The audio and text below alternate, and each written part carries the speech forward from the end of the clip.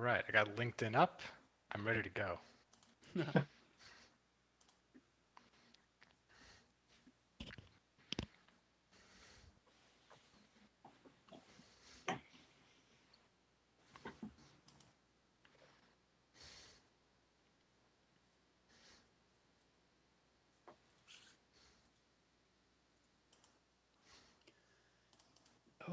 Okay. It's 6 o'clock. Yeah. All right. I think we are good to go. This will all be available on YouTube afterwards too. Cool. Perfect. All right. Hello, everyone. Welcome to episode 2 of The Graduate. I'm your host, Jason Freeberg, and this is the show where we have UCSB graduates come on and reminisce about their time at beautiful UC Santa Barbara and tell us what they're up to now as they start their early careers and all those adventures like networking, job hunting, and waking up before 8 a.m. All right. So on today's show, we've got Matthew Peterschmidt, a business intelligence specialist at Infoblox, graduated in 2018 with a degree in statistics. We also have Juliano Pula, also graduated 2018 with economics and history, and recently just got a new job as a financial analyst at Alliant Insurance. Did I get that right? Yes, sir. But I would like to correct one thing. It's a economics and accounting degree, Ooh. Ooh. and then history on top of that. So my degree has a lot of words on it. Not to brag, but yeah. And I guess maths is technically statistical science, but I was going to say that, but I was like, statistics is good enough. I'm fine with that. I always liked statistics more than statistical science. It's cleaner. It's cleaner. Yeah, yeah. No, Matt, you pointed out something pretty funny the other day that I didn't think about.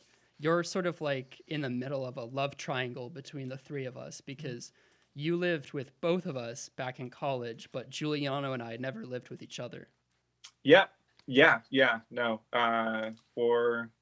For all the listeners who don't know, Jason and I were roommates freshman year of college, and Giuliano and I were roommates senior year. But we all lived on the same floor freshman year, so we all hung out with each other a lot. So these bonds are in deep. I was thinking about that before the show, and I was trying to pull up the square footage of those dorm rooms in FT, and they don't publish it, I think, with good reason, because those are Yeah. tiny This is dorms. pathetic. Yeah, they probably shouldn't be advertising that. Yeah, no, it's in their best interest.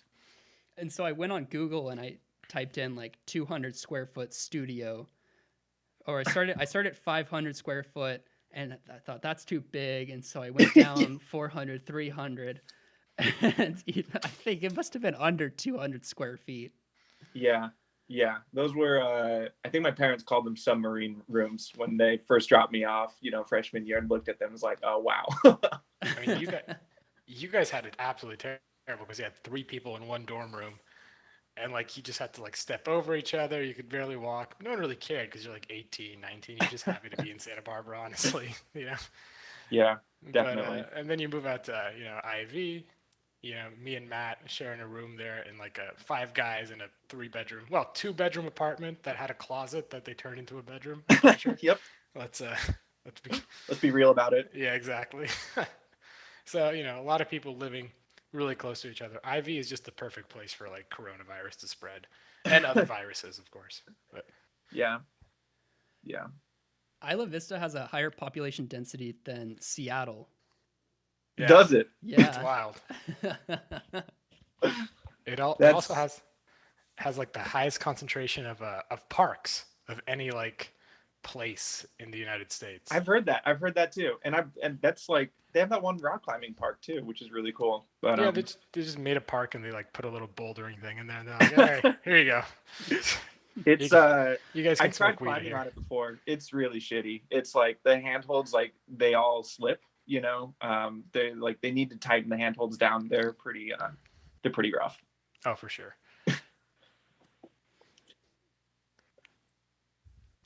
My favorite, I was thinking back to those freshman dorms, and it was kind of freaky when I first met Matt because we got assigned.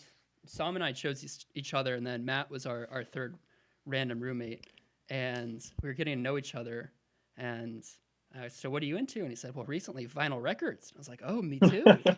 And then we get talking, and he's like, oh yeah, I'm an Eagle Scout. And I said, oh, really? Wow, I guess me too. UCSB's matching algorithm for rooms must be pretty good. Yeah. I know. There was a lot of the similarities. Like you ran cross country too, and yeah, I was thinking about that. Yeah, I was thinking about that. I was like, dude, I really lucked out. I sent it, dude. I chose no one for a roommate. I knew no one for my school going, and I was like, I'm just gonna do the full blown college experience. And considering now that we still talk frequently, like I think yeah, UCSB's matching algorithm did an okay job, Yeah. I got lucky because my dorm room was the one that like shared a bathroom with the RA. Yes. So I had the technically those rooms are reserved for like students who are like physically disabled or whatever. And if they don't get filled, they just fill them up with whatever. But I had this massive space there and everything that I utilized fully because, like most freshmen, I almost never went to class. Every time I woke up in the morning, Matt and I were both on the top bunks, and so I'd wake up and the first thing I would see is Matt looking back at me as he's waking up in the morning. It's terrifying, isn't it? We were feet to feet, and so we'd be playing footsie in the middle of the night because Matt's so tall, he's like falling off the bed. Jason, I remember the mornings where you beat me up. I didn't know where like you were, and I was like, I assumed you were down in the dining commons. I would find you like the dad that you are down in the dining commons with your computer out, just scrolling through Reddit or a newspaper or something like that. Like, just like it was the classic place to find Jason in the dining commons. Having some coffee, checking out the stocks, Now that you mention it, I did like that they had the news running in the morning. Yeah, you had TVs. You utilized like an airport. And then every once in a while, there'd be someone in my seat in the dining commons, and I'd really take offense to that. Oh, man. Wow, the nerve. Oh, man. I used that in an interview once. I told them, do you have any nicknames? Or I think the question in the interview was like, how do your friends know you? Or, what's your reputation with your friends? What sort of are you assigned to? And I thought for a second, and I laughed, and I said, well, my nickname is Dad. Perfect. And they're like, Manager oh, wow, material. The girls call you that? And I was like, yeah, mainly the guys, actually. The girls call me Daddy. Yeah, oh, man. I'm very opposed to this whole trend of like calling, your boyfriend or whatever Daddy. I made it clear to my current, partner. I'm like, listen, never, ever, ever do that. Because if you do, then I'm just gonna look at you and say, "Mommy," and we'll see how you feel. I love our business discussion right now. This is going great. Yeah. I mean, honestly, this is the real career advice. Yeah. Have a good nickname that you can pull out in an interview. Exactly. Oh, gosh. You got to differentiate yourself somehow, right? You got a lot of people competing for these spots. Yeah. So do you guys feel like you got the full college experience in your 4 years? I'm so happy I went to UCSB. Like, I can't even like quantify how happy I was. Obviously, I made mistakes there and everything growing up, but I feel like if you can make it through Isla Vista, you can make it through anything. And it's not just like the whole social aspect and everything. There's no reason for like as a guy, it's sometimes more difficult to like experience the partying or social aspect at other schools because you have to be in a fraternity. Because otherwise, you're kind of screwed sometimes. Especially if I went to UC San Diego.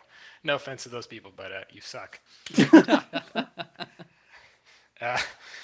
But like in IV, everyone lives together. There's no need to like drive to people's houses. You could just like walk. And then on top of that, it's like also a great school. Like a very respected institution where you get an excellent education and everything, which is also nice, I guess. But I guess, yeah. So yeah, I definitely feel like I didn't even tour UCSB like before applying there. Wow. Oh, wow. I remember being 18 years old, and I'm like, damn, I have to like apply to colleges now. And I haven't like been anywhere. So I started Googling just like UCs, and I found UCSB, and like I read the Wikipedia page, and then I read the Wikipedia page for IV, and I was like, yep, that's where I'm going. I'm going there. That is my target right now, for sure. So your Yeah. research consisted of party schools, Southern California, enter. I didn't even search party school. I just typed in UCSB in YouTube, and there was a lot of Oh, especially at that time too, because they had the riots like in what was that, like May? Or that would have been just after you applied, but they had the riots the year before we God. were freshmen. Yeah, And, exactly. Yeah, right as we were yeah. seniors going in. Yeah. Yeah. But yeah, no, to answer your question, Jason, I'd argue we got the college experience and then some. Like, that's kind of how I feel about it. It was like, there's a lot. There's a lot that happened, you know, in the 4 years that we were all there. And I sometimes think back to it. I'm like, oh my God, that actually happened, you know, or like those things happened, or I did that, or there was something crazy that happened that weekend, or, you know, I spent multiple days at the library, you know, not just like the partying element, but like the school element too. Cause like, So you're telling me there's There's- more to the college experience than beer and partying? believe it or not, no, yeah, of course. It's just Of course the tax there you is. pay. Yeah. But no, I totally agree with Giuliano's sentiment. Like, if you can make it through Ivy for the most part, I think that proves a lot. So, yeah. you know, it's definitely a proving grounds. I would definitely say that. Oh, and we lost people along the way. Oh yeah, oh yeah. Yeah, we did. Oh, No God. There was a certain Multiple men percentage and of women. people Yeah, multiple men and women left behind who did not make it out. Yeah. who just couldn't cut it, man. I mean, there is a lot of pressure, especially when you live in a place that's like, what is it, 2 square miles or whatever of like 20,000 18 to 22-year-olds. Yeah. Like, it's disgusting. The temptation Yeah. is ridiculous. I honestly, I'm surprised sometimes that I even made it out. It's like there's a lot going on. I still think I'm gonna wake up like on the floor of my dorm room at some point. Like, this is all some kind of weird stupor. Oh, God. I had that dream. Actually not too long ago. Not to talk about dreams because everyone talks about dreams is boring and everything, but I had dreamt that I was back in freshman year. I was back in FT, and I was like, I guess I'm just back as a 24-year-old person at the time. I was like, I guess I have to do freshman year all over again. Like, How about this, Matt? What would you change? Like, if you could go back in time to your 18-year-old self and like change one thing, what would it be? oh Jesus! Or give yourself one piece of advice that you know you would follow. I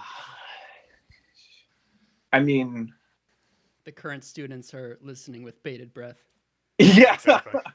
Man, Go to if class. I'm gonna be honest, there's so many things I would change. I don't know. It's kind of. I mean, that's always a bit of a question, right? It's like if I changed anything, then there's like the butterfly effect, and I wouldn't be where I am now. And not that I'm necessarily unhappy with where I am, or perfectly happy either. But if I could change something, I don't know. Maybe like I think I balanced the social scene of Ivy pretty well, because there's definitely like I was able to enjoy myself, but I spent the time. I know. Sorry, I keep bouncing around it. I know what I would change. I'm a terrible procrastinator. I just really am. And you know what? I got my shit done. I graduated. I got a job. I work now. They pay me money. That's nice. I'm able to do things that I want to do for the most part. However, there's a lot of extra added stress and anxiety that I give myself just by procrastinating that I do not like about myself. You know what I mean? It's like, oh my, and I know it's a me thing. I know it's not an outside thing. That's definitely like a me thing that I struggle with personally. So if I could give any piece of advice / change anything, I would just really hamper on being not as bad of a procrastinator. Because, I mean, all in all, it worked out. It quote unquote worked out. Let's just put quotes around that for now. But but yeah, I think that's where I could have improved the most, through my Santa Barbara experience. I mean, I'm also a procrastinator, and like I get the same like anxiety and stress part of it. But my cognitive dissonance, tells me that it's actually a good thing because I work really well under stress. Oh, of course we do. Yeah. Like that I get like my best ideas like when I'm writing an essay like at 2 a.m. and it's due at 10. That's when I like really peak. So that's how I kind of justify it. It's a terrible idea. Don't do it, people. It's much better to plan out and like do your homework on time. But, Yeah. There's a satisfaction too that comes with being like, I'm gonna do this thing and I'm gonna accomplish it, and it's on time and it's early and you can be stress free. My God, what a rush, Yeah. And granted, there's a high to procrastinating too, because it's that rush, but it's like, God, at what cost? The withdrawals, man, they hurt. And yeah, I would be better about that. We talked about that for you. Jason, do you have any, anything I would change? Yeah. Man, Go back to 18-year-old I felt this question coming, and like you guys know, I was in a relationship for most of college, and yeah. I felt, and of course, like that ended towards the end of senior year. But at the same hand, I feel like that really kept me in line. Like I wasn't, you know what I mean? Like, yeah, you would have gone off the rails. Yeah, a little bit probably. Because when we did break up, I kind of did a little bit there.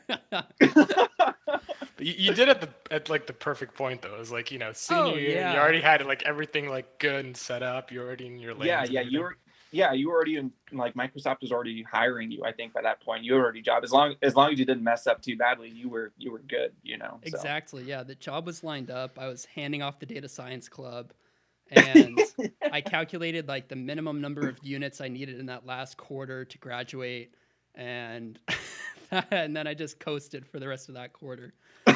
I'll tell you, spring quarter senior year at UCSB is a wonderful thing. Oh. It's like bittersweet though, Oh, it is, yeah. Because it's like I have 2.5 beautiful months right here. My spring quarter, I think I had like a vastly different spring senior quarter than the rest of you guys, because that was like major crunch time for me. I needed to finish I was taking 3 different upper div stats classes, I think. Oh yeah, that sounds familiar. And it was brutal. It was continuous stochastic processes. There was a financial statistics class that I was taking, and honestly, one other one that I think I've just blocked from my memory. I don't even remember what it was. Maybe it was another one, but it was like the fully loaded spring quarter. And the funny thing about that quarter is that was, I think, just like one of my favorite quarters of my entire 4 years at UCSB, that spring quarter. And just because, like, I think our friend group really took advantage of like hanging out with each other and doing fun things and doing land sharks or parties, or like there was always an event going on that weekend, and it was just an absolute blast, but terribly anxiety inducing for me at the same time. If you're burning the candle at both ends a little bit.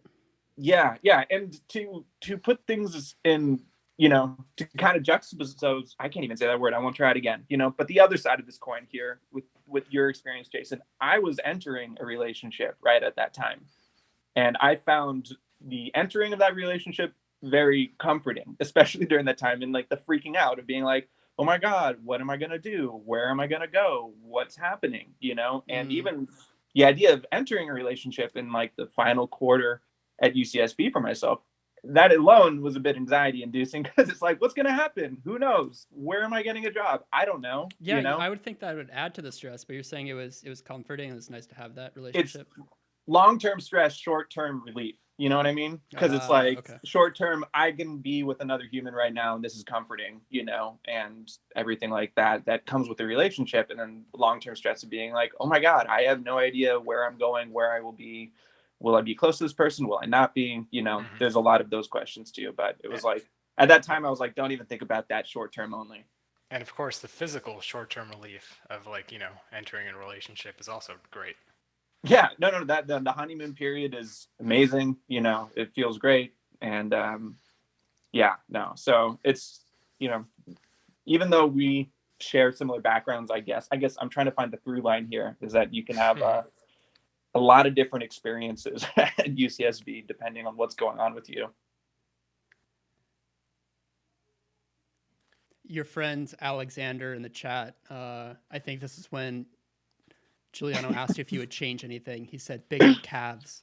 Yeah, that sounds like Alexander. Yeah, that's good. Thank you, Alexander. I probably would ask for bigger calves. My calves are decently skinny, so. If anything, I'd want some Ryan Poff sized calves. Those are massive. Those calves. are meat. It's just could feed a family. Yeah. Just a genetic freak in terms of calves. Like I work out my calves like once a week at least, and like they're a fourth of his size. I'm very upset. Yeah.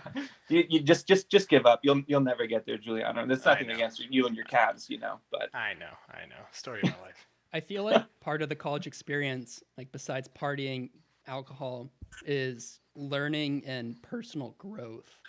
And so, do you guys feel like during your 4 years, you grew a lot personally, professionally? Yes. 100, like as much percent as I can give that. Yeah.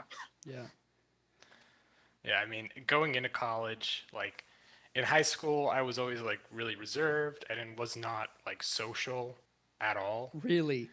No, like not at all. Like I'd spend lunch in the library by myself reading or doing whatever. I can't even fathom this. Isn't that wild, Jason? I didn't go to prom, Like I believe you. I think you've told me this before, but every time you do, I just like, my brain goes, "What?" Yeah, I had like no friends. It was great. But then going into UCSB, like, you're kind of like put in one of the most social environments I think I've ever like interacted with, Yeah.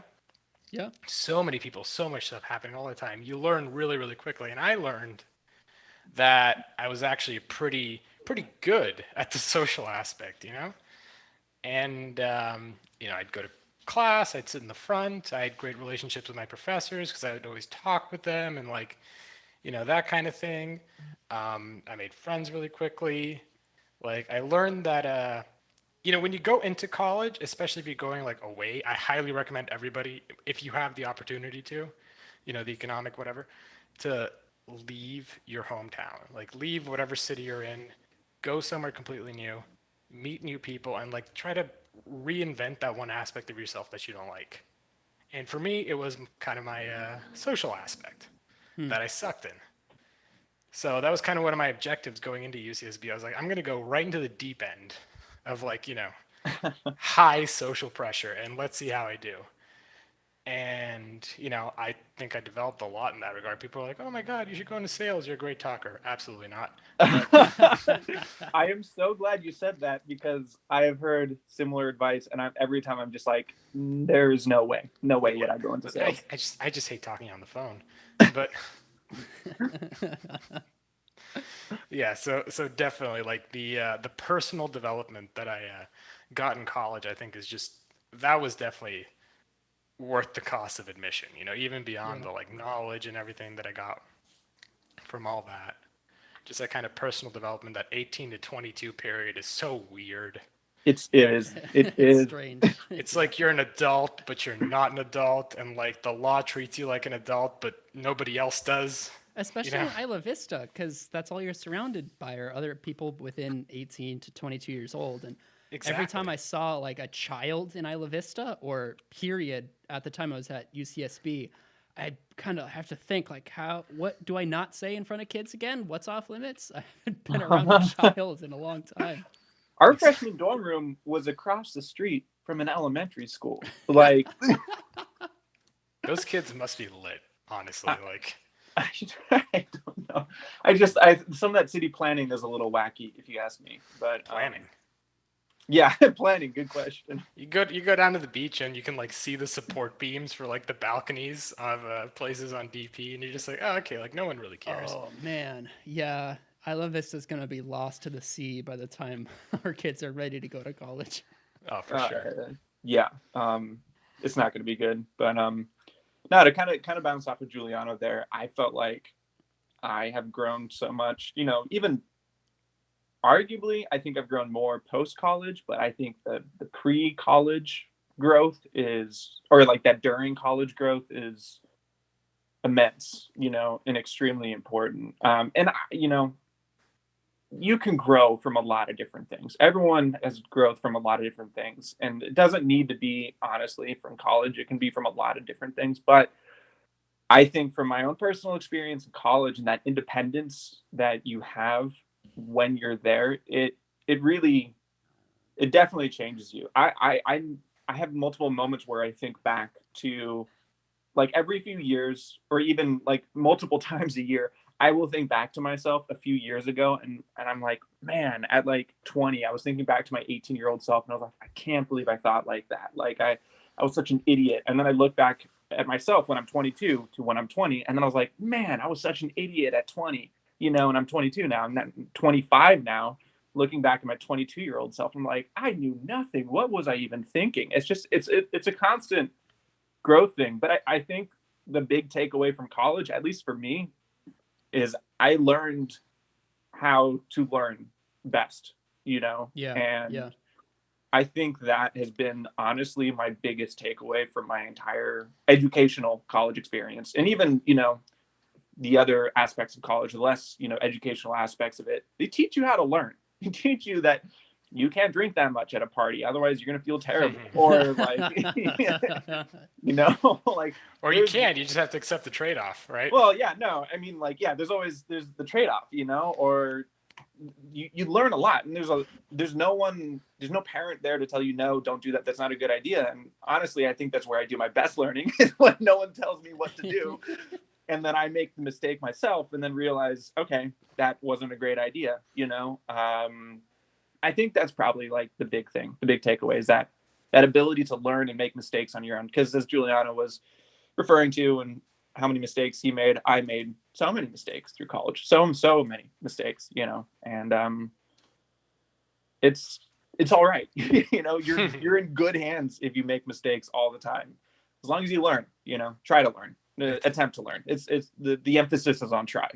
It's such a perfect time to make mistakes too, because no one really expects anything of you, you know? And so if you can just make the kind of mistakes that you can bounce back from, let's be careful when we say mistakes here. Because there's certain mistakes that are difficult to bounce back from. An unplanned child will really set you back. Yeah, exactly. Or, you know, a long-term prison sentence or an overdose. But it's a lot of things that happened in Ivy. But forgivable mistakes, maybe. Exactly. Forgivable mistakes. And you really, like Matt was saying, like, you learn the best way you work, you know? Mm-hmm. Yeah. Like, you learn the best way to do it is just to try out kind of different ways. Do I work better at home? Do I work better in the library? You know, can I go home? For me, for example, like, I would start the day, leave the house, and then not come back until I was done with everything. Because I knew if I came home, I was kind of done. Like, I found it really difficult to, like, get back into, like, go back to class or start doing homework or that kind of thing. Mm-hmm. You know, like, oh, I'll go to the gym, like, afterwards. No, that wasn't going to happen. The second I hit my bedroom, it was over. It was whatever video game I was going to play, or, yeah. Yeah, I mean, we lived together, Juliano. You saw how much Overwatch I played senior year. You know, that was how much Crusader Kings I played. Yeah, exactly. Yeah, my biggest issue with doing that is that I was just so hungry. I was so hungry when I would, like, leave and be on campus, that if I knew, I'd be like, I have to get food, and it's either I pay for it, or I fortunately had a dining off-campus meal plan, you know. That's another life pro tip for everyone out there at UCSB, or, you know, when the campus opens back up or whatever. Get the meal plan, keep the meal plan. Keep the off-campus meal plan. Like 5 meals a week. Yeah, 5 meals a week. It's so amazing. So worth it. Like, you know, just being able to go a place and, like, sit down in the dining commons, you know, and, like, take that 30 minutes to stuff yourself and kind of relax a little bit and then get right back to class or whatever. You know, the food isn't amazing, but you know what? Breakfast food tastes fine in any circumstance. Breakfast food for every meal. Yeah, just eggs and bacon and, you know, whatever. It's amazing. Breakfast is breakfast. Yeah, exactly. Just enjoy that cup of, you know, incredibly watered down coffee. You ever put that coffee on like a clear glass? Like it was like light, you know. You Yeah, could see it it was through it. pretty. Yeah, It was pathetic. But anyways, it's you know, pretty schools cut weak. costs everywhere. Yeah, earlier someone said learning how to learn, and it reminded me back before COVID, I was giving a talk at my old high school about college because it was late in their school year, and some of them were going off to college. And I'll tell you, I dropped some F bombs during that talk because I was really getting into it, and those kids were hooked. They invited me back, so I guess it was within the within the okay range. But it made me remember back in high school, like a lot of times I'd hear students complain, like they'd say things, "Oh, the teacher didn't teach us how to do this," or "the teacher didn't explain how this is done." And when you get to like your second, third year in college, you expect that kind of stuff, right? Like the professor, this isn't even their job, right? At UCSB, sometimes in those operative classes, they're a research professor, and Yeah, they're just some of them required to just teach. don't give two shits about the course don't. and about No. teaching. And so you get that test, and you better have read the textbook outside of class, because if you rely on the teacher to teach you everything at a research university, you're in for a bad time.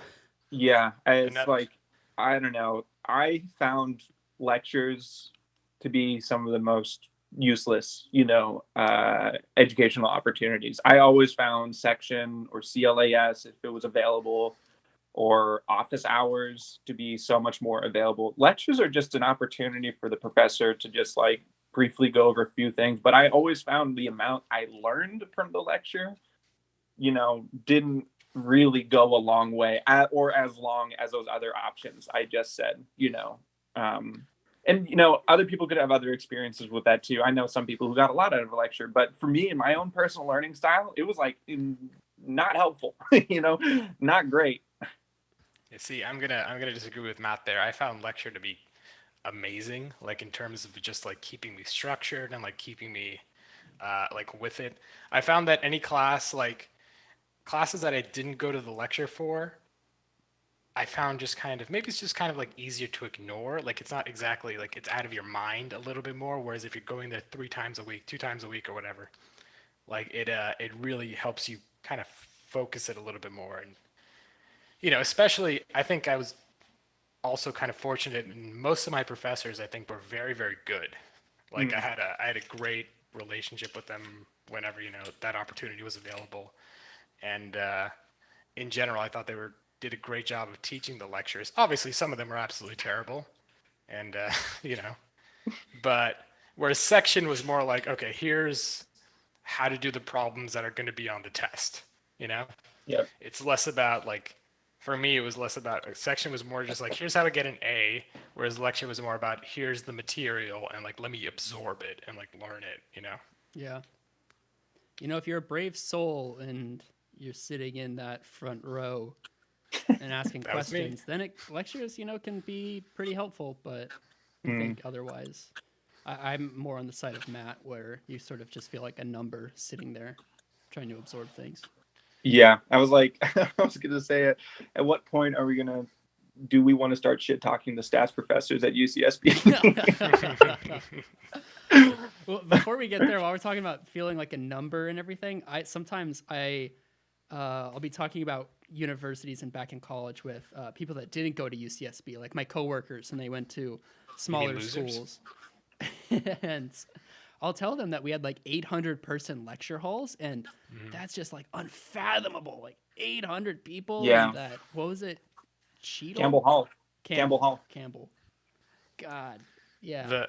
The funny thing about that was like I remember so like when we started, like Wolf of Wall Street had recently come out, so you had a lot of people who were less than competent start the econ major because they all wanted to make billions doing whatever stock fraud basically, and they thought that an econ major was the way to learn how to do that. And Econ 1, massive hall, filled with hundreds of people.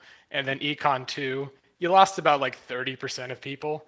And then by the time like Econ 10A, which is like the final like prerequisite class before you're actually accepted into the major, was around, like you lost about like 60-70% of the people who started out in Econ 1. Mm-hmm. It was almost hilarious. But a lot of communication majors developed out of that. How No were offense to those the weeder communication. classes though? Because the accounting Rough. department at UCSB was notorious for that. Rough because like the amount of people who like try to get into the major is just ridiculous. Hmm. And so they make those classes really hard. They kind of have like a negative curve basically where Yeah. only a certain amount of people can get an A certain amount of people can get a B, a certain amount of people can get a C. So it doesn't matter like how well everybody does. They're only going to take like a certain percent of the top performers and push them on. So those early classes are rough, and the pressure is just massive. Because Can we it's can we like, recognize just for a hot sec that this is an educational institution? yeah, I just I just think that needs to be spoken out loud. That's a practice by an educational institution. yeah. It But I just, mean, like, what are they supposed to do? They can't like graduate 10,000 econ majors every year. I mean, why not a little bit? Maybe that's a ignorant question, but it's like, why Because there'll not? be nobody in the film studies program Mm. and in the communications program. Like, what are those departments supposed to do? I think But also they do have to protect, the reputation, especially for something like accounting. It's a very old profession, and they Well, want to make sure that the accounting majors that they pump out to these big recruiting firms are up to snuff, so they of can. course, and UCSB's like accounting department in particular is like very very famous within that world. Because not only do they produce like a very like high caliber of graduate in general compared to a lot of other institutions, but they also give you somebody who's like more social than the average accountant, let's say. you know, People who you want to work with on a team to kind of shift to the more career focus of this discussion. People that you could see yourself working with. UCSB does an excellent job of like developing those kinds of people because those are the kind of people who want to go to UCSB, who want to live in IV, and who at the same time are also doing those majors. So you get this really good blend of competent people who are able to beat out the competition, plus people who are social to an extent, better at communication, better at like working through those aspects of the corporate lifestyle. Not to toot my own horn too much, but No, it's true. I remember I interviewed. I got an offer for an internship from one of the insurance firms down in Thousand Oaks for like a data analytics internship, and they said that very thing when they told me I got it. They're like, "Oh yeah, we love having UCSB students in our internship program. You guys are so much fun. You know how to let loose." I was like, "Who the fuck have you guys been hiring?" Oh, let loose. Am I reading between the lines too much? have you guys ever been in an interview and had the guy go, UCSB, that's a party school, right? Yes. Oh my God. I got so much of that when I picked UCSB back in high school to go there. Oh, for sure. Because then the riots immediately after, like I was on know. cloud nine. I got into that CCS program for biochemistry. God, seems like a world ago. And I was telling all my friends, I was so excited. And then the riots. And Mhm. then that put a damper on things. And then the shooting after that. And well, Yeah. I didn't bring it up unless someone asked at that point. Well, I told my parents, because they brought up, they didn't really care about the riots so much, but the shooting was like national news and everything. Like it was even reported like on Albanian news, which my parents, follow. So, Wow. so they're like, isn't it dangerous? They had the shooter. I said, look, mom and dad, all right, it already happened, which means that one person of that, personality has been removed from the population, which means that it's pretty unlikely to happen again, relative to other places. And, they kind of bought that argument, I guess. Yeah. Not like they could do anything. I was so fixed. I remember, oh God, that acceptance letter. Just being by myself in the kitchen and seeing that email, just like jumping for joy. So earlier we were talking about going back and changing things. Would you guys have gone to different universities? I'll just No. start off by saying I didn't get into Cal. I got waitlisted at San Diego, the notoriously higher tier schools. Yeah, declined at UCLA. Would you guys go back and go to a higher tier school? Matt, you want to go first? I mean, I feel like Did you write this question for me in mind? Because I almost went to University of Portland. I was like, I decided on decision day on May 1st, whatever it was, 2014, actually, was it April 30th? Yeah. On April 30th, I decided to go to University of Portland. And then on May 1st, I switched my mind and I decided to go to UCSB instead. Wow. For those who don't know what University of Portland is like, it's a smaller, it's like only about like 1,000 to 2,000 students, I think, maybe 4,000 max. Okay. They're Catholic. Sounds like you. Definitely. And they're in Portland, Oregon, very different from Santa Barbara. Yeah. But the university on the beach. Yeah. And I was like, I could not decide between the two schools. I had so much struggle, because when I applied to schools, I was initially looking at schools in the Midwest. I was applying to schools out there. I was essentially applying to almost everywhere outside of Southern California. Because don't get me wrong, Southern California is great and amazing. And I feel like almost saying sometimes that you are not the biggest fan of California, like rubs Californians the wrong way. They're like, oh my God, you hate this? It's not that I hate it. It's not how I feel. You're not a true believer, Matt. I know. I'm born and raised. I really am. But I just, at that point in my life, I had been in California for 18 years. And California, I'm going to say it, get a little bit bland. It's the same weather all the time. Great Perfect. weather, but it's the same weather all the time. And, there's definitely a lot of bubbles within California, and I was just kind of ready to see something else. But then Santa Barbara was pretty sick. I was that's the problem. What about professionally, like, opportunities professionally, things like that? Because I some students from the data science club that switched out from UCSB to go to Berkeley. And their whole criteria was to get better networking opportunities and, of course, have a higher tier university on their resume. If I could be totally honest and candid, I couldn't give a shit. Honestly, I straight up could not. I could not care. If they want to do that, that's great for them. But for me personally, I guess that really just depends on what kind of life goal that you have there and what you define as success, which I was going to wait for one of you to bring it up, but I was going to bring up the issues that I have with the definition of success, because I know we were talking about this a little bit briefly before, and like the idea of comparing yourself to others and how it's like so difficult not to, when you see people getting internships and all these things. And something I tell myself frequently, which I find to be very helpful, and I say it to myself to remind myself that comparison is the death of joy. And these ideas of being like, oh, so-and-so got an internship, Jason, you were getting internships left and right, and not left and right, but, you had good internships. I ended up having a good internship too, but I don't think I really felt any jealousy towards that, and the reason being, it was like that, people have to recognize that.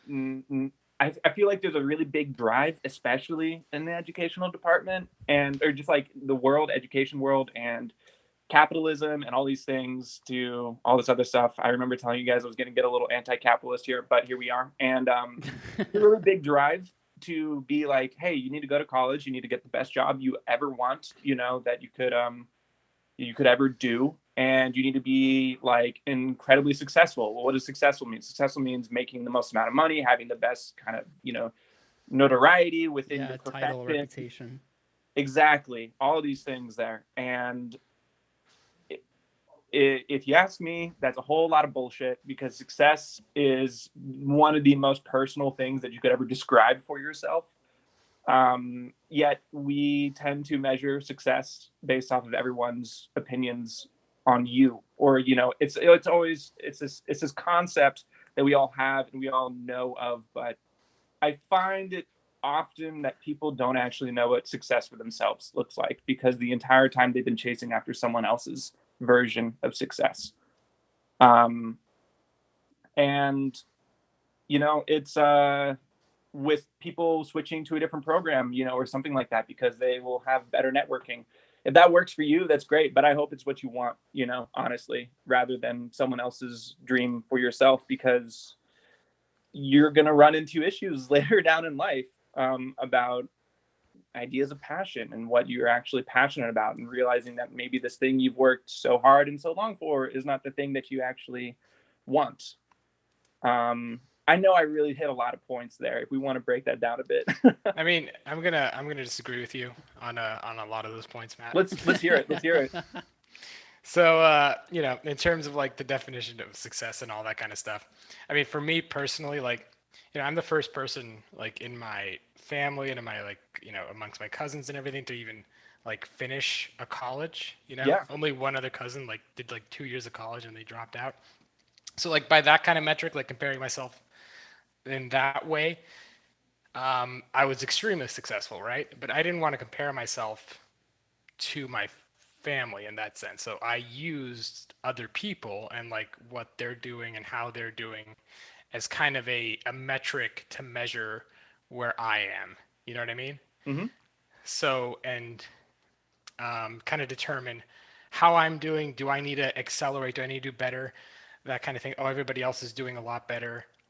These people started out, with the same opportunities that I did, in the same place. We went to the same school. We got the same degrees or very similar degrees or whatever. Why am I not doing better? That kind of thing. Yep. So I think it's important to compare yourself to other people, and that's not a popular opinion nowadays. But I think it's one of the few like actual data points you can get. You want to compare yourself against yourself, right? You want to like, be better today than you were tomorrow, blah, blah, blah. Yeah. But at the same time, it's like, well, what if you were like at 0 yesterday and you're like at 0.1 now? Like, yeah, that's good, but we want to get better. We want to increase things, right? And you kind of want to be comparable to the people in your cohort to an extent, and use that cohort as a way to determine, your current success in terms of the societal definition of what that means. Right? I don't disagree with like anything that you just said. Like, I think that's all like if those are your definitions of success, then that's great, like, and you accomplished a lot, Now I also want to mention, because we were talking about decisions earlier, like, would you have done like something different? Would you pick a different school? Here's kind of like, and like to bring that, whatever. So I got into UCSB and got into UCSD and didn't get into UCLA. So it was those two choices basically, like UCSB or UCSD. I knew that at San Diego, I'd be living at home, living with my parents. At the time, it was a higher ranked school. Not anymore. Suck a dick. And I knew from people that I had talked to who were like, a few years older than me, who had gone there, that, San Diego is a huge city. UC San Diego is in La Jolla. It's very difficult for college students to afford to live anywhere near that campus. Right. So people are very scattered. It's very difficult to maintain relationships with like your classmates and that kind of thing. You got to drive a lot, which means you can't drink. That kind of thing. Only if you're brave. So, yeah, exactly, or dumb. So, yeah. So to me, it was very, very obvious to go to UC Santa Barbara. Would I have picked another school? I mean, maybe if I got into Harvard or Stanford, perhaps. But like, I don't think I would have picked another UC, even Berkeley. I think the additional like marginal prestige I would have gained by going to a Berkeley or UCLA would have been mitigated by the like personal development that I got at Santa Barbara, and of course, you guys. Yeah. I probably would have met a lot more losers in Berkeley. But to like also bring that out a little bit more to like making decisions, because I've been thinking about that a lot as like I've been going through my interview process now and getting job offers and having to consider whether or not to accept it. It's so weird, because at certain points, like, you have to make this one decision that is going to impact your life to an outsized impact, right? Like picking a college, that's huge. Like picking where you're going to spend the next 4 like highly developmental years of your life is so ridiculously huge. The fact that we allow 17 and 18-year-olds to even make that decision is stupid. But what else are we going to do? And to go into debt in the process in most cases. Oh, absolutely. Yeah. So like, yeah, and you can't even buy a beer yet, but you can like take on $50,000 in debt. That's a discussion for a different time. But for like, just like the decision-making process, as I've come to like realize it now that I've been thinking about it a lot as I finished up my new job search here, was I've realized over time that regardless of the decision I make, I will end up regretting it. You know? I'm going to regret whatever decision I make. I will always view the grass as being greener. I'm going to say, oh, this sucks because of this. That other thing I could have chosen would have been better. So just accept that, like, going into it, that no matter what you make, no matter what decision you make, if you're within my personality matrix or whatever, you're gonna end up regretting it, right? Mm-hmm. And out of all the decisions I've made in my life, UCSB is the one decision that I absolutely do not regret in any way, shape, or form. Yeah. Yeah. You know? Yeah. And going there is just, I think, has been so incredibly positive. Even the negatives, like, became positives over time. Mm-hmm. With that decision. So just general decision-making process to people. Number one, you're always going to regret your decision. And so just go off of, try to use as much logic and reason, pros and cons, whatever, all of those tactics as you can. Mm-hmm. And then beyond that, it's basically a gut feeling, right? Yeah. And then just go with it. See what happens. Yeah. I had a math teacher back in high school who always said that it's actually best for most people to go to a university, you know, not the top tier place that they have to reach really far for, and it's practically unattainable, you know, if that's really not within your wheelhouse. Because being a small fish in a huge pond, like you use the MIT and Harvard examples, you're exactly that. You're a small fish in a big pond. And when it comes down to just the mechanics of getting opportunities, you're never going to get one because you're competing with people that are just on a higher caliber. And then on the flip side, if you're at a university where you're far and above at a higher caliber than the other students, then you're not going to learn anything, right? So ideally, you find yourself in a place where there's plenty of people to learn from that are excelling far more than you are. And at the same time, you're not in last place so that you're still competitive to get opportunities. Like, just think about when recruiters come to campus, or if you're trying to get a favor from a professor, right? If you're at the tail end of the distribution, your chances probably aren't going to be that high. Mm-hmm. I guess to wrap this all up too, with what I was talking about with success a little bit, and what Juliano was talking about too, and the whole Berkeley and Harvard and everything like that too. If you had the opportunity, Juliano, to go to Harvard, say that came up for whatever reason, let's just say it was an option on the table, the next question I would pose is, would you actually be a good fit there, for the exact reasons Jason just said, in terms of, like, yes, Harvard is quote unquote known as this universally, you know, it is this, it's the school place. Let's be honest. It is the school everyone compares themselves to. Sure. You know? I mean, even if we take Harvard as like an abstract, you know, not even like the actual school, like let's just say the top 3 universities, right? Right.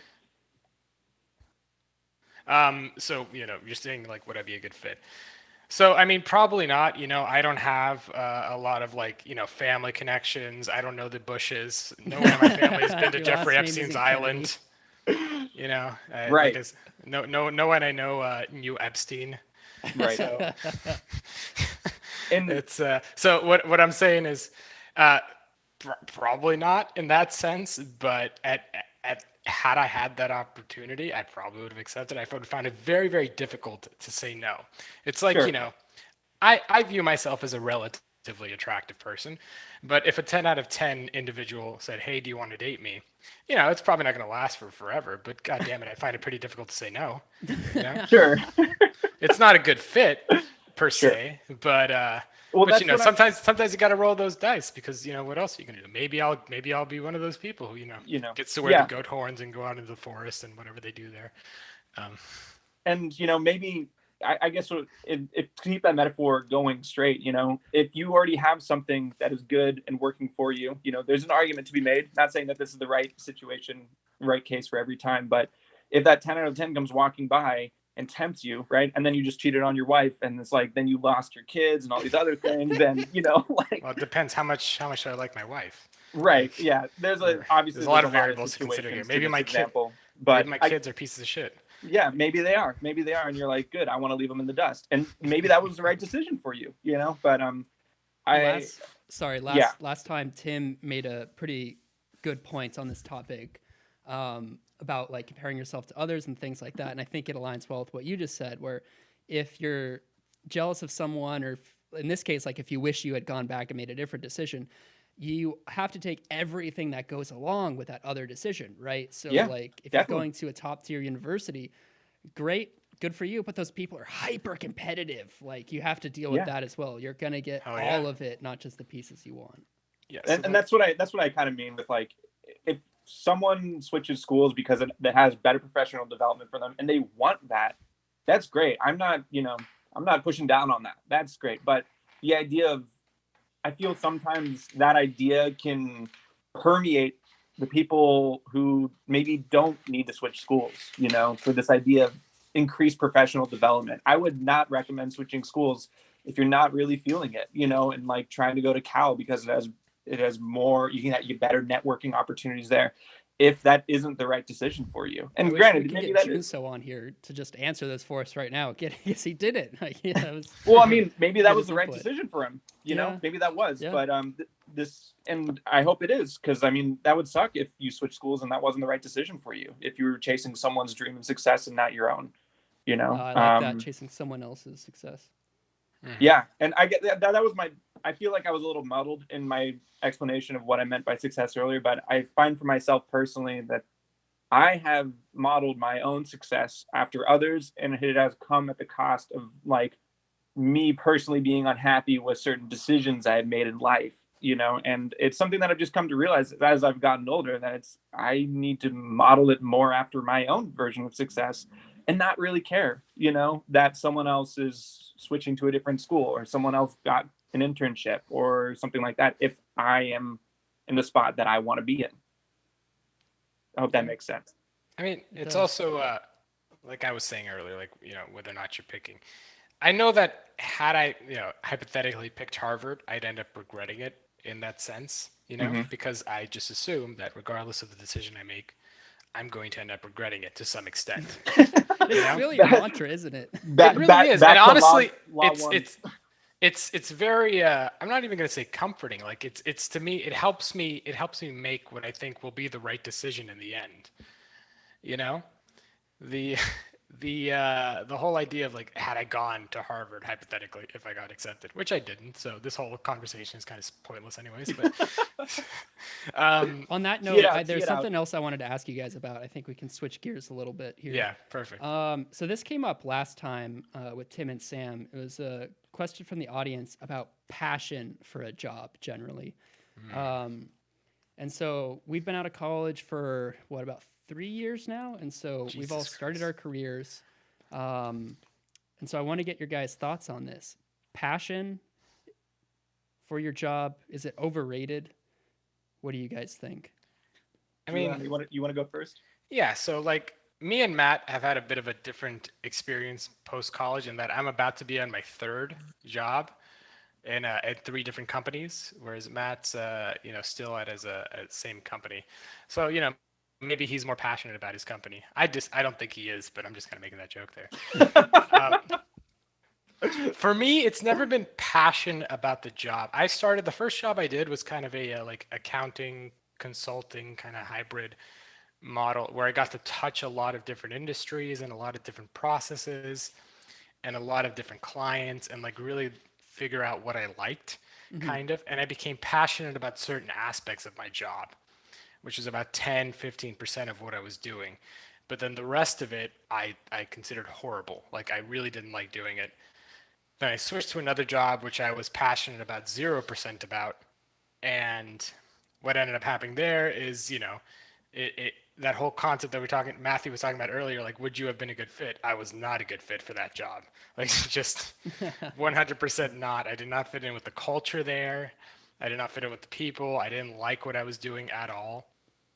So what I did was, in my early years, I knew that at some point I'd reach this point where, I wanted to take a bit more of a risk and try to figure out what I really wanted to do going forward.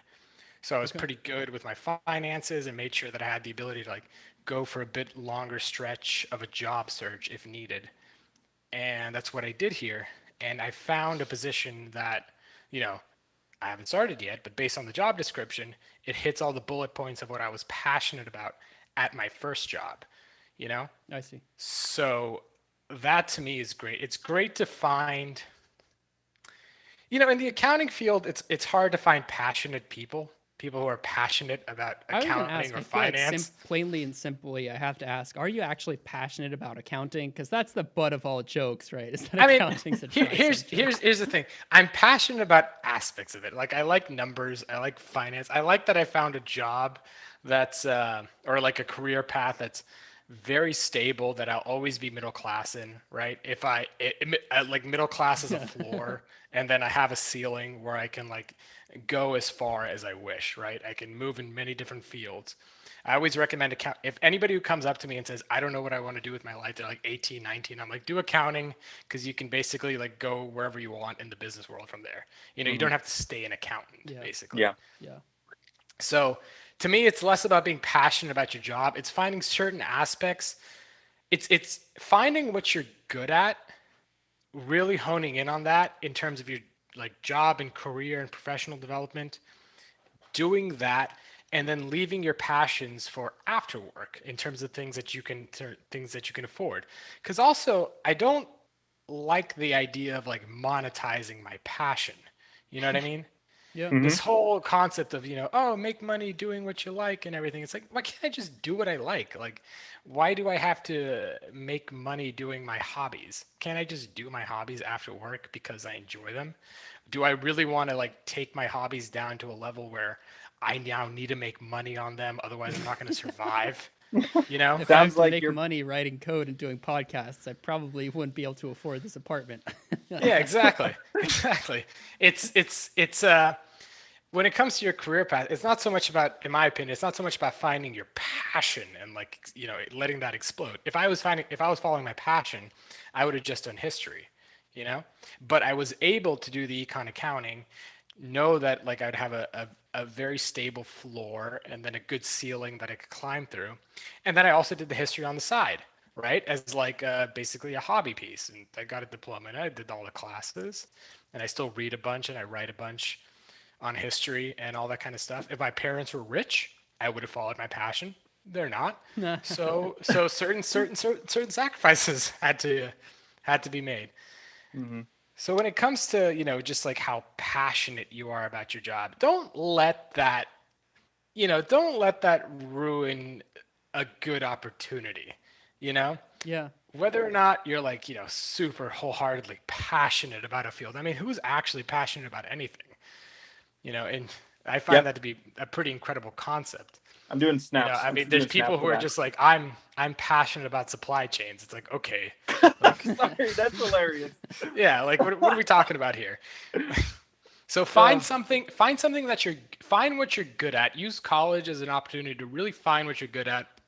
I found I was good at numbers and that kind of thing.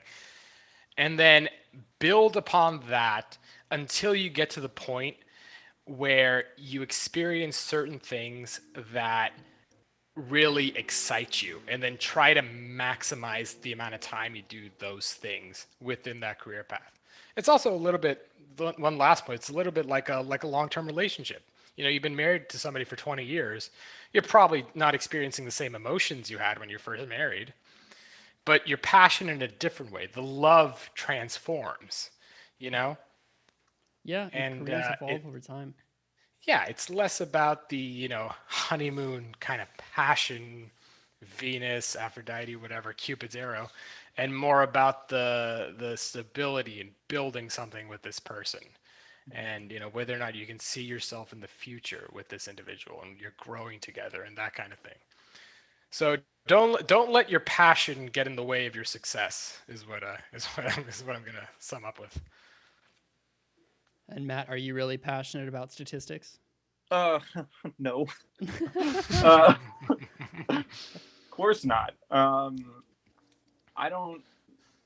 I hope I don't go to bed dreaming about statistics, and numbers and everything like that. That doesn't like I do that during the day. I want to do other things when I dream.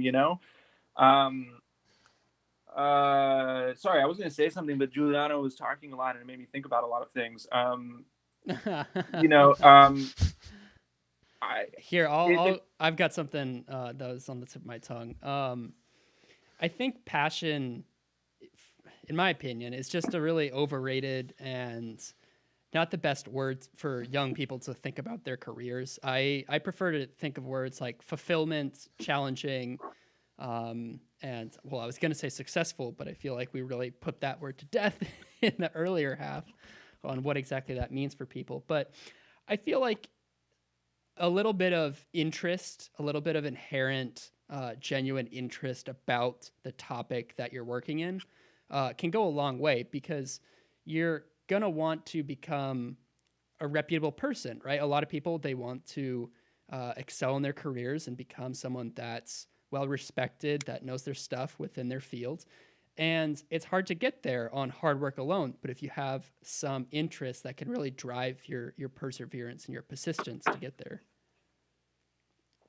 But I'm surprised because did you guys ever change your majors back in college? I Did you did. ever switch around? I changed mine in the sense that I started out with econ. I realized that if I just did pure econ, I'd probably have to get a master's in order to get a good job. And I really didn't want to go to grad school. So I put accounting on top of that, and then I accidentally got a history major just because I took so many history classes. um, I changed mine, and it's kind of similar story where I was actuarial sciences. Yes, the The coveted infamous. club, the coveted major. They wooed me when I went to Spring Insight, and they had me in their grasp till my junior year of college. I switched my major from that to statistical sciences, which was obviously not a large leap, but similar reasons of like me realizing down the road, I was like, oh my God, I'm going to have to take all these tests outside of school. Like, I'm going to still have to do this. And the cherry on top, they're very hard. They're not easy tests. It's like, oh, I don't want to do that. Not at all. So, it's like I could just do statistics, not really, I pretty much at that point I had taken all the prereqs and everything. It was really a title change more than anything. To speak on passion and my job and everything like that, because I am currently still employed by my job and I have been working there for 2.5 years. I'll choose my words a little bit carefully here. I enjoy my job. I think my job provides me with a lot of things that I wouldn't find without it. And what I mean by that is like I think I have a very good work-life balance. My job is not extremely demanding of me. Nothing I have done in my job has been more difficult than what I did in college. College truly challenged me in a lot of ways. And I think college is supposed to challenge you in a lot of ways.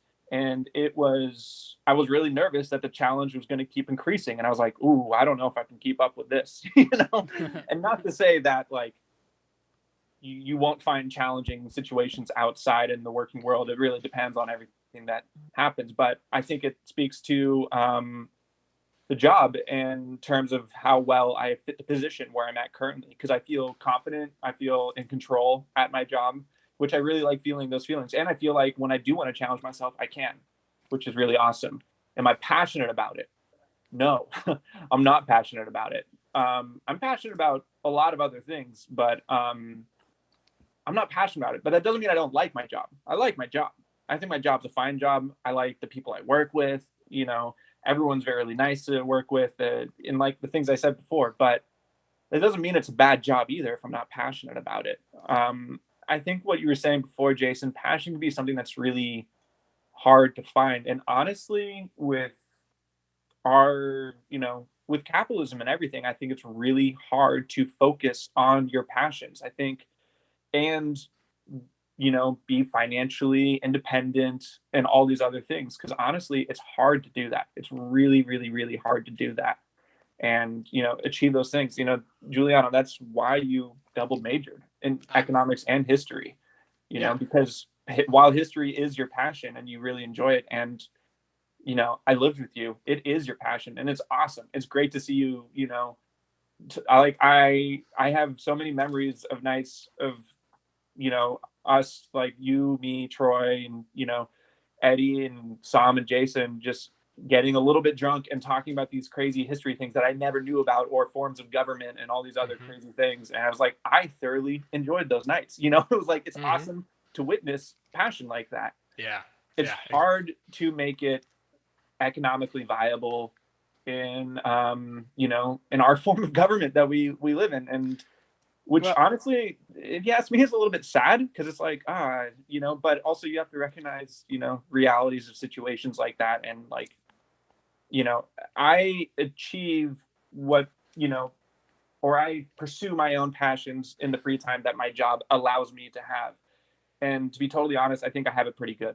I take a lot of my excess money and invest it in synthesizers, and boy, does that make me happy. It is a good time. And, there's a lot of fun stuff to do with, in my free time. And it's just a matter of kind of realizing what kind of balances those out. One day, I'd love to have a job that I'm passionate about, but it's something that I think I'm always on the lookout for. I'm going to take a little bit of offense to Matt's portrayal of capitalism here, because it's one of the few systems that humans have invented that allows us to explore that generates enough excess wealth that allows us to explore our passions. I'm very passionate about the fact that I'm not working 12 hours a day on a collective farm.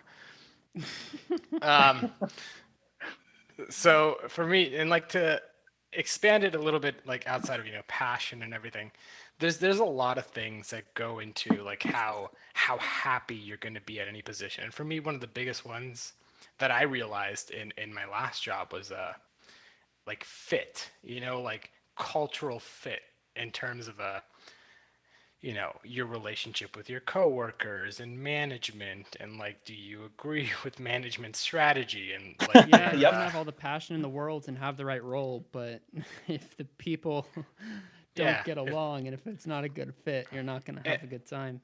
And to kind of bring it to my thing, for any econ accounting majors out there, a lot of people who graduate in that field, the kind of path is, okay, you get your accounting, you get your econ accounting, whatever, and then you go to Big Four. You do public auditing, public accounting, that kind of thing, which is brutal, especially around this time of year. I'm talking 16-hour days, a lot of grind, but the prestige that you get from having 2 years of that on your resume is incredible, because from there you can kind of pick your route. You have so much more flexibility. Yeah. So it's kind of that forsaking today's passion for tomorrow's passion. Using your 20s, to develop that kind of, build that foundation, build that development, build those relationships, and build that kind of credibility to let you explore your passions. Because at the end of the day, no offense to 22-year-old college graduates, like, you're nothing. You don't know anything. You don't know how to do anything. You have no credibility. So, and there's so many people who want to do things that they're passionate about. Why would they pick you versus somebody who went through that grind, who went through that experience, and it came out on the other side of it, So I think that when it comes to passion as well, it's not about picking passion immediately. You have to think about it a bit more tactically, where you're going, okay, maybe I'll forsake a certain amount of passion now in order to get a better passion return later on. Yeah. Not to bring it into 100% finance terms, but what are you going to do? This is Clubhouse. Everyone's talking about stocks. So in that sense, especially early on, don't be disappointed if you're not passionate about your job. Find a position where in a company where you think you're a relatively good fit, where you find coworkers that you have a good time working with. And that was me at my first job. I really enjoyed my coworkers. I thought they were great and everything. And I kind of regretted leaving it after I went to my second job and like was working with a more conservative class of people who I had nothing in common with. um, and who, they just like, oh, Juliano's great. He does all the Excel questions that I have and that kind of thing. But, I had very little relationship with them, and I'd go home kind of like sad and disappointed every day. Whereas, I'd be working the same amount of time at the first job that I was at, but I was always a lot happier because I had a good relationship with my coworkers, Mm-hmm. And Yeah. we would chat, we would talk. There was good communication between all of us. Everyone was kind of on the same page. We'd shit talk the company, but at the same time, still working dedicatedly to ensure shareholder profits were increasing at a steady pace. Yeah, that was always the advice my dad had. To Juliano's point about, accounting can be a great way to build a foundation for your career. My dad's advice, like picking majors, a whole lot of stuff was always it's always easier to go to the easy thing than it is to go from the easy thing to the hard thing. So when I was picking majors, he was like, well, pick the harder one. And if you can't cut it, then you can always step down, but it's going to be a lot harder going upriver. Exactly. Yeah. Exactly. Which is why I recommend everyone goes in as a CCS biochem and then figure it out from there. Great. The existential crisis freshman year was really refreshing. It's very important to get that out of the way at 18, 19 and not at like 25. You want to save that for 18, 19 and like your 40s. I guess with my point earlier too about relating it all back again is with the example that you gave, Juliano, of people going to one of the big four and grinding it out. To me, it sounds like the farm that you described, the communal farm that you don't want to work on, still sounds like the communal farm's still there. Sounds like there's a big old communal farm that you are signing up to go to. It's just the farm's change, and it's the one that our society views as the economically viable one. I like that. I'm going to post that on our accounting when I'm done with this. Thank you. I do try, but I think I'm not saying burn down capitalism. I'm benefiting from the system. Maybe it's not a farm. Maybe it's a mountain. If you're just climbing this mountain to prove something, and then sure. And I don't think following your passions necessarily equates to you working on a communal farm either. I think we just need to treat these objects fairly a little bit. And not to say that I don't.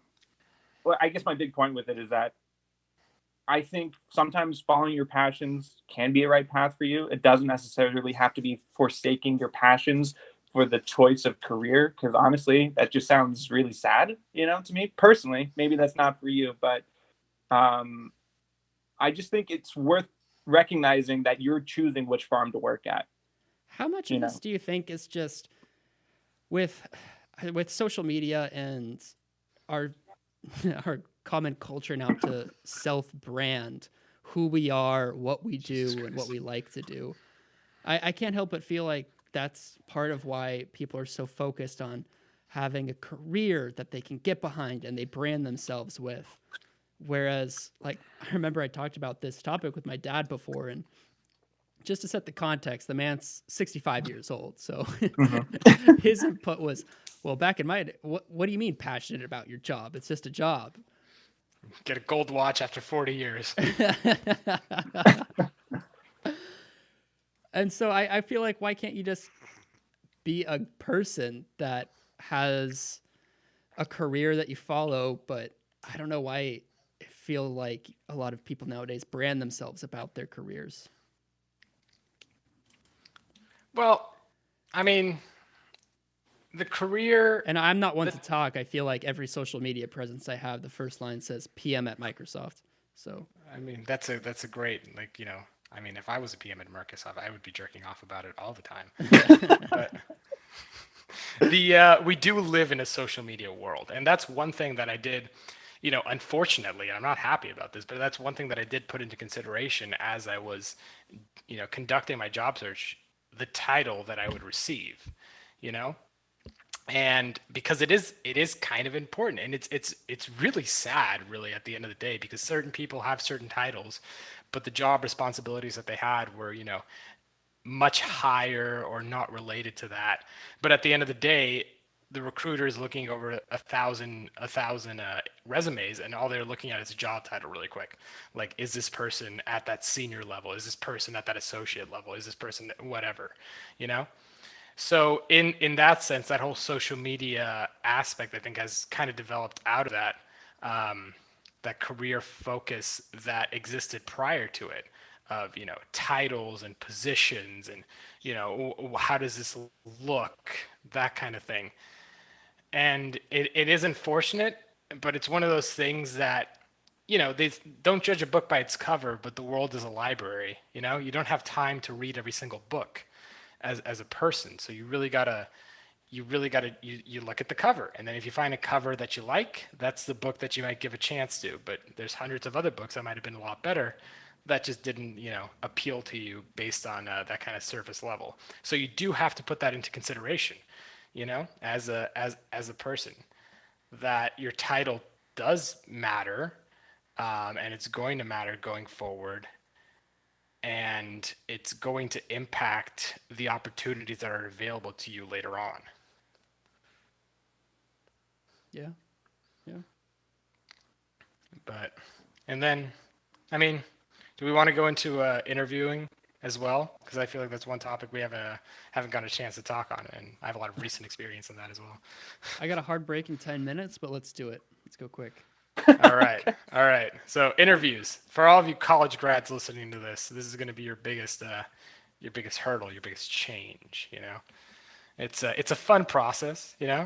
It's basically, how can I lie while not actually lying, to an extent. Indulge. Yeah, you gotta. It's so weird, because I don't like talking about myself much, but interviews, of course, are all about you. So you gotta, if you're that kind of person, it's weird, and you gotta find that weird balance of, what does this recruiter want from me? What does this person want? I want this position, and they looked at my resume, and they kind of filtered me through. So that's a great sign. You already got that interview. That's a fantastic sign. You've made it through whatever algorithm exists that's scanning your resume. Okay, so that's step one. Try to customize your resume a little bit, to an extent, to get past that initial great filter. And then when you get into the interview, at that point, you've met the qualifications that they're looking for, and now it's, okay, do I want to work with this person? You're talking to the people who are going to be telling you what to do on a daily basis, and they're wondering, like, is this the kind of person I want to be working with? And that's really up to you to make them feel comfortable with you working with them. So they're going to be asking you a lot of questions, like, tell me about yourself. Why do you pick this position? Why do you want this? And you got to be a little quick on your feet in terms of, like, processing the information that they're throwing at you and kind of figuring out the answer that they're looking for. You don't want to lie, of course, but you do want to modify your response based on the audience you have in front of you. And at the same time, you don't want to modify it too much, because God forbid, like we were talking about earlier, you get into a position where, you're a bad fit. You modified your responses so much that you're not expressing who you are in any way, shape, or form, right? So you'll have places that will say, no, we don't, you met all the qualifications and everything, but we're not going to hire you. And the reason they're not going to hire you, for example, one reason in particular, is that they think you're not going to be a cultural fit. And you might be sad, you might be disappointed at first, but that's actually a good thing at the end of the day. You really, really do not want to be at a place. And I thought this was so stupid. Like, when I first started on, everyone was talking about, are you going to be a good fit, blah, blah, blah. Everyone talks about that. I hated it. I thought it was dumb. But I learned later on that, this is a thing. Like, companies have cultures. They're little countries. They're little dictatorships that exist. And they need to make sure that you're going to fit into their culture before they accept you as one of them. to an extent. So if you don't fit in, it's not worth it to lie or modify your responses so much that you're no longer going to be comfortable working with those people. I've been agree on this with. side. Go ahead. I Yeah, was go ahead. I was gonna say I've been on the side. I haven't done a lot of interviewing lately, but well, I haven't been interviewed, but I have been interviewing people. My company sometimes sets up interviews for me to essentially scan people, and by the time they've gotten to me, they're what Giuliano's describing, where like I don't have to check if they know their shit. By the time they get to me, I'm there to see, will I get along working with this person, and it's a crucial step. I'm not gonna lie, because it's at the end of the day, if I can't stand you, it's terrible. It's terrible to work with people that you can't stand. So I guess to anyone who's considering interviewing, like honestly, be yourself. Especially when you get to that point in the interview, it should be pretty clear. If it's not clear, then that's honestly bad on the company. If you're at that point in the interviewing process and you're just trying to get to know who the company is and what the fit is they're looking for, but be personable, be yourself. I think it's going to be rare to see companies wanting someone who is not as personable, because I think that just sounds kind of crazy to me. But it's important, I think I found a lot of value. One of the questions I would ask people I was interviewing is, tell me something about yourself that like you just wouldn't normally say. Like everyone is like, if I ask someone to tell me something about themselves, they'll be like, oh, I love hiking, and I have a wife and kids or whatever. Right, exactly. And it's like, that's always such a bullshit answer. I'm just like, tell me something like, what's the last movie that you watched? What is something that I usually ask, what are you really passionate about? What's something that you really like to do? Is there like a certain podcast that you love listening to? Is there a book that you can't get enough of? Is there I'm really passionate about getting hired here. Yeah. But no, it's like something I ask, and that I see Gina in the chat saying Matthew's job is to perform the vibe check. It kind of is. I check to make sure that they pass the vibe, and if they have outside passions, because honestly, I don't really want to be working with someone who's just kind of a drone and boring. Well, it depends on the position. Depends on the position, but but I mean, if they're coming through me and I know it's someone I'm going to be working with, it's like, no, please be a little interesting, please. Yeah, look, and for any econ accounting majors listening to this, you graduated UCSB. Yeah, by the way, the department's going to love that monologue you had a couple minutes ago, Juliano. While we're on it, we should tell the story about Ryan's internship at EY and how that went. Listen, Big Four is a scam. Like it's a grind. They're meant to destroy your hope. It's basically like Econ 10A.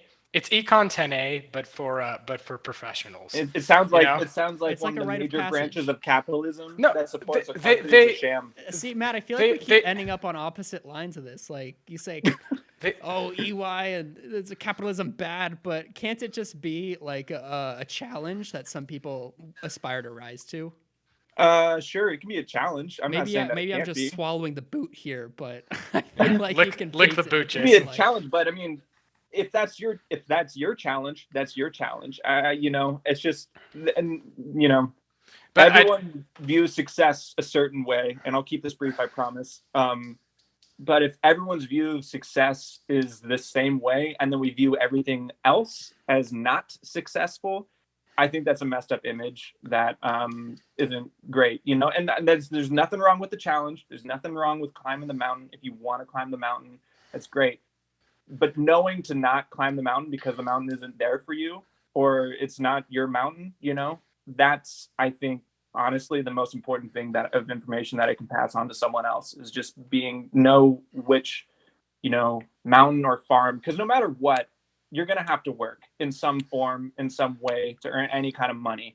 It's just knowing where or knowing what. Unless rich parents, like Juliano. Yes, exactly. That's my main recommendation to people. Make sure you're born rich, because otherwise it's difficult. Yeah. But like I was saying, like for example with the Big Four stuff, they're kind of weeder companies. They exist to weed out people who aren't going to last the 2 years. And it's one of those things because it's very similar, like in the accounting world, it's very similar to college in the sense that it's laid out in front of you. You know, you do this, you do that, you do that, you graduate college, and then you do 2 years at Big Four, and then you get an industry job, and then you're happy. You And know? then you're happy. Exactly. Yeah. Exactly. Can I call bullshit on that? That sounds No, but here's the thing. I was just gonna call bullshit on as well because I didn't go down that path, and you know I've been relatively happy. But then again, I'm relatively happy in the sense that I always view things as regretful and negative. So there's no reason not to be happy. We can't forget law number 1. Yeah, exactly. But if you want to go down that path, it's a much clearer path. You know, it's a much more obvious route up the mountain. But there are different ways up the mountain. Some of them might be better, and some of them might lead to you falling and dying and, you know, becoming a heroin addict. But that's fine too, because at the end of the day, you know, whether or not you're Bill regret your Gates, decision anyways, right? yeah, you're going to regret your decision, and you're going to be, whether or not you're a heroin addict or whether or not you're Bill Gates, you're going to die anyways. So, you know, just kind of do. All right, to the freshmen listening, don't worry, you're always making the wrong decision anyways, so just keep doing it.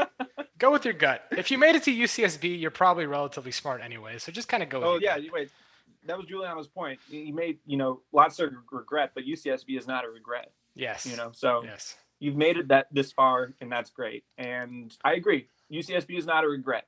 You know, UCSB is not a regret. UCSB was awesome, but for a lot of reasons. But there's a lot of growth that can happen there, and I think that's like honestly the most important part. And I think for some people, if depending on what they want to do with their lives, sometimes you do need like some of those rigorous like professional expertise, right? If you want to run a nonprofit or start a company, if that's your end goal, you know, there's no reason that you have to do that right away at the beginning of your careers. A lot of times you need to, I mean, first, let's be honest, a lot of cases you took on student loans if you went to college, right? We can't forget that's a common thread for a lot of graduates. Oh, and after that, I mean, you probably do want to get some experience under your belt before you make a jump to whatever it is that you truly want to do, if that is your passion. Because sometimes that can be risky, following your passion. Of course. So I think Matt and I see it in a slightly different light. I mean, historically speaking, the social sciences, whether that's sociology, history, you know, the kind of people who spend their time analyzing humans, that kind of thing, so the less profitable fields, let's say, have been dominated by people who have rich parents.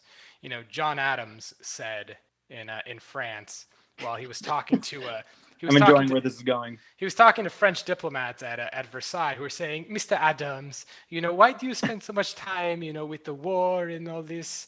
Well, it wouldn't it be better just to, you know, do art and like that kind of thing? Why deal with this rebellion, all the stress that comes with trying to establish a new republic and everything?" And John Adams said, basically, you know, I have to engage in war and politics so that my children can engage in economics and law so that their children can engage in theater and art.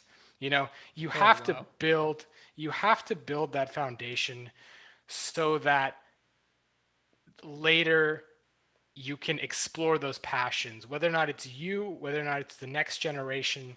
It's if everyone's just exploring their passion alone, we don't have the society that allows us to really get to those passions, to really explore the passions to their maximum extent.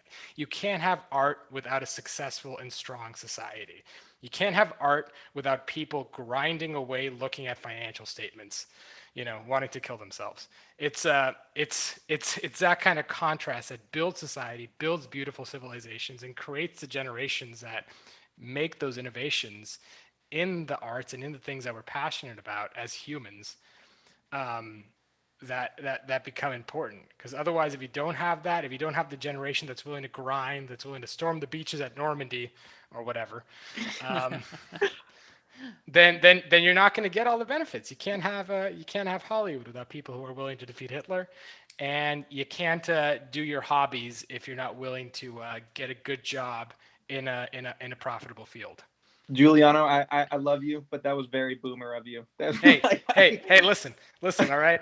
That was not boomer. That was the greatest generation of me. The boomers just did acid in fields and like listened to Jimi Hendrix and then, cut their hair and voted. Post World War II economy. Yeah, they cut their hair and voted for Ronald Reagan when they realized that we should probably stop doing acid at some point. Listen, I think your point is fine. I'm gonna go with fine question mark. I just think it's going to an extreme, and not to say that you can't have. I think it's extreme to say you can't have passions and art without a strong society and everything like that. There's art from plenty of civilizations that are left over, and granted, leftovers, all these other terms and everything like that. But I guess my point is, it's very extreme. It's a very extreme viewpoint to have, and I don't agree with how extreme it is. Of course, I would never come on Clubhouse and express a moderate viewpoint. What's the fun of that? Yeah, the algorithm is gonna love this. Exactly. Try to be controversial. Get all the clicks. Yeah, we're gonna get you famous, Jason. Giuliano mostly. Yeah, mainly Giuliano. Well, I mean, now that Rogan moved to Texas, I think Jason's the biggest podcast on the West Coast. Yeah, hello to my 10 viewers on YouTube. How y'all doing? Yeah. Is there anything else you guys wanted to talk about? I've got nothing to plug. I've got no other things that I'm working on. So yeah, you got a movie coming out soon? Yeah. Oh well, actually, I'm starring in one with Aubrey Plaza. Actually, next week. I forgot about that one. No, I got nothing. I'm chilling. I'm just working from home, same as always. You can follow me on LinkedIn, Juliano Pula. Do not follow me on any other social media. I swear to Christ. I keep all that shit private. I think this whole branding yourself is so stupid. It's important, I get it, blah blah blah, but it's one of the things I'm passionate about not doing. Well, it's too late. He has your Twitter on the YouTube, so I know. This is a problem. I wanted to talk to Jason about that, but I figured it'd be a pointless conversation. What? I could have just deleted it. No. You want to be able to neg people when they request to follow you. Like, if you want to go on Twitter and hear me rant against democracy, that's fine. But yeah, I'll I don't have any movies coming out. I will be on Rogan later this week, so check me out there. Awesome. And I think I have a mixtape coming out on SoundCloud at some point. There we go. Awesome. Thanks, guys. This was fun. Yeah. Thanks for having me, Jason. Have a good night, Hope everyone enjoyed the conversation. Yep. Cool. Anyways, good night.